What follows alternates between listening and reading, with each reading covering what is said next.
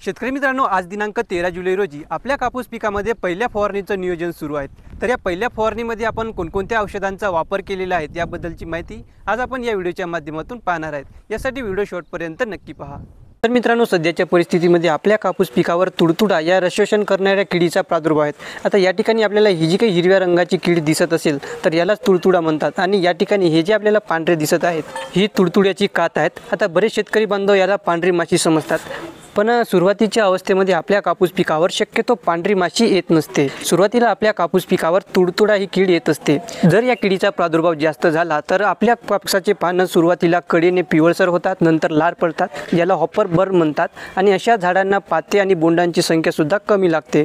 म्हणून या किडीच्या नियंत्रणासाठी आपल्याला सुरुवातीला कीटकनाशक घ्यायचं आहे। आता या किडीच्या नियंत्रणासाठी आपण केमस्टार म्हणजे थायोमिथॉक्झॉन 25% WG या औषधाचा वापर केलेला आहे।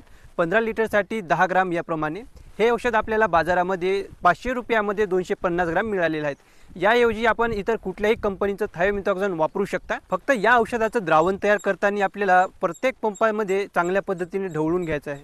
यासोबत आपण विद्राव्य खतामध्ये 19-19-19 या विद्राव्य खताचा वापर केलेला आहे। 15 लिटरसाठी 75 ग्राम याप्रमाणे। आता या औषधांची आपल्या भागामध्ये काय किंमत आहे ते खाली कमेंटमध्ये नक्की सांगा। आता याबरोबर जर आपल्या कापूस पिकाची वाढ व्यवस्थित होत नसेल तर यासोबत आपल्याला सागरिका या औषधाचा वापर करायचा आहे। 15 लिटरसाठी 40 मिली याप्रमाणे। बाजारामध्ये वेगवेगळे सीवीड एक्स्ट्रॅक्ट आहेत, परंतु सागरिका या औषधामध्ये आपल्याला 28% सीवीड एक्स्ट्रॅक्ट पाहायला मिळतो, त्यामुळे याचे रिझल्ट आपल्याला चांगले पाहायला मिळतील।